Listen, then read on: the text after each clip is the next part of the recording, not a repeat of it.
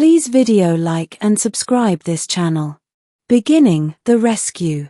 The distant stars of the viral sector sparkled like scattered jewels against the black velvet of space as I piloted my cargo shuttle through the outer rim. My job was simple: deliver supplies to a minor research station orbiting the planet Kale 9. Routine. Quiet. Safe. Or at least it should have been. That is until the distress signal hit my console. It was faint, almost imperceptible, buried beneath the normal chatter of the sector. But something in its tone, desperate, urgent, drew me in. My AI assistant, Lynx, blinked as it processed the signal. Signal origin: Kale 9 orbital platform. Distress source: unidentified life form. Recommendation: investigate, Lynx said. I hesitated. I wasn't a hero. Not in the conventional sense. I was a transporter, a courier of goods and occasionally information. But the moment I saw the coordinates, I knew I couldn't ignore it. When I arrived at the platform, the scene was chaos. Smoke billowed from a shattered docking bay, alarms screamed through the hull, and the metallic scent of burnt plasma hung in the air. At the center of it all lay her, an alien, dressed in ornate armor, one hand clutching a shattered energy weapon, the other bleeding from a deep wound across her torso. Her eyes opened as I approached, golden, luminescent, and filled with both fear and something I couldn't name. "You, human," she whispered, her voice quivering. "Save me." I barely had time to react before another wave of attackers arrived. Automated drones swarmed the area, targeting her with lethal precision. My shuttle's weapon systems activated instinctively as I drew them into cover. "You need to get out of here," I shouted. She tried to stand but faltered, her strength failing her. Without thinking, I grabbed her and lifted her into my shuttle, ignoring the searing pain in my arms from her weight. Her voice was barely audible above the alarms.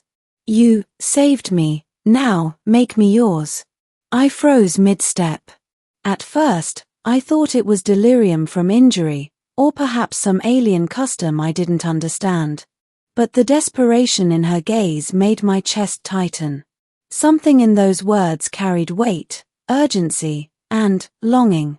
I focused on flying. That came first. Survival second. Everything else would come after. Middle, escape and revelation. Once aboard my shuttle and clear of the immediate threat, I secured her in the medbay and began attending to her wounds. Her armor was strange, exotic, and still warm from the battle. Every movement she made was cautious, almost regal. "Who are you?" I asked, keeping my tone neutral. "I am Ashara," she whispered. "Princess of the Andromeda Dominion." My stomach dropped. Andromeda Dominion, one of the most powerful empires in this quadrant of space. A ruling family that controlled billions of lives. And she was their princess. "Your royalty?" I asked, incredulous. She nodded faintly. "And now, I am your responsibility." I didn't know how to respond. The thought of harboring a galactic princess was terrifying. It meant enemies, politics, and potentially war. And yet, I couldn't leave her to die. Not after hearing those words, "Now make me yours." As the shuttle navigated through asteroid fields to shake off pursuit, she spoke again, softer this time. "You could have left me. You didn't." "I couldn't," I admitted. "You were dying. I wasn't about to let that happen." Her amber eyes shimmered. "Then, I am yours, in gratitude, and in trust." I didn't fully understand what she meant, but I didn't question it. Not yet. Survival came first.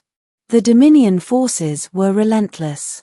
Their patrol ships had traced her signal to my shuttle, and now they were closing in fast. We darted through the asteroid belt, weaving between massive rocks that could crush us in an instant. Ashara, despite her injuries, assisted in navigation, giving precise instructions that saved us more than once. Her knowledge of military tactics was apparent. No ordinary princess could move with such precision and authority. Hours passed in tense silence, punctuated only by the occasional warning from lynx. Finally, we found temporary refuge on a remote, uncharted moon, volcanic, rugged, and largely ignored by sensors. As she slowly regained strength, we spoke more openly. She told me about the Dominion, her responsibilities, and the burden of leadership that had left her isolated for years. She had grown up in the shadows of duty, never experiencing friendship, trust, or love. And now, she said, her gaze meeting mine, I have found someone who saved me, not because it was duty, not because it was political, but because he chose to. Her words left me speechless. The weight of her trust, the vulnerability she had shown, it was overwhelming. Confrontation, the trial of loyalty. Days passed. We traveled in hiding, but Dominion scouts were persistent. Eventually, a fleet located us above the moon, weapons trained, ready to reclaim the missing princess. We cannot allow them to take me, Ashara said quietly. They will not hesitate to eliminate anyone associated with me, even you. I'm not leaving you, I said firmly. You risk your life. You risk everything, she countered. I've already risked it, I replied. And I'm not stopping now. Her eyes softened. Then you truly mean what you said? I nodded. I do. We prepared the shuttle for a final stand. Ashara took the co-pilot station, her fingers dancing across controls as she deployed shields and weapons with calculated precision. Her royal presence had transformed into that of a warrior, commanding, confident, lethal. And yet, there was something deeply human in her determination to protect me. When the Dominion fleet arrived, they hesitated at her command. She raised her hand, her voice calm but unwavering. Attention, fleet. I am Princess Ashara. This human saved me. He is under my protection. Any aggression toward him will be considered treason. For a moment, I thought they would ignore her. But the fleet backed off, their obedience absolute. She turned to me, golden eyes glowing. Do you understand? You are now part of my world, and I am part of yours. I swallowed hard. I think I do. Ending the vow and union. In the weeks that followed, we traveled together, avoiding Dominion politics while forging a bond stronger than either of us had anticipated. Ashara taught me about her galaxy, its vast empires, and the delicate balance of power she maintained. In return, I showed her life beyond protocol, simple moments of joy, trust, and shared laughter. One night, aboard the shuttle as we drifted past a binary star system, she turned to me. Do you realize what this means? She asked softly. I think so, I replied, keeping my tone light though my heart raced.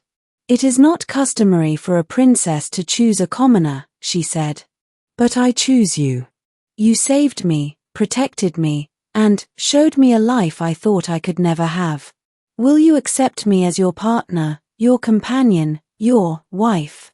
I felt the gravity of her words, the sincerity, and the promise they carried.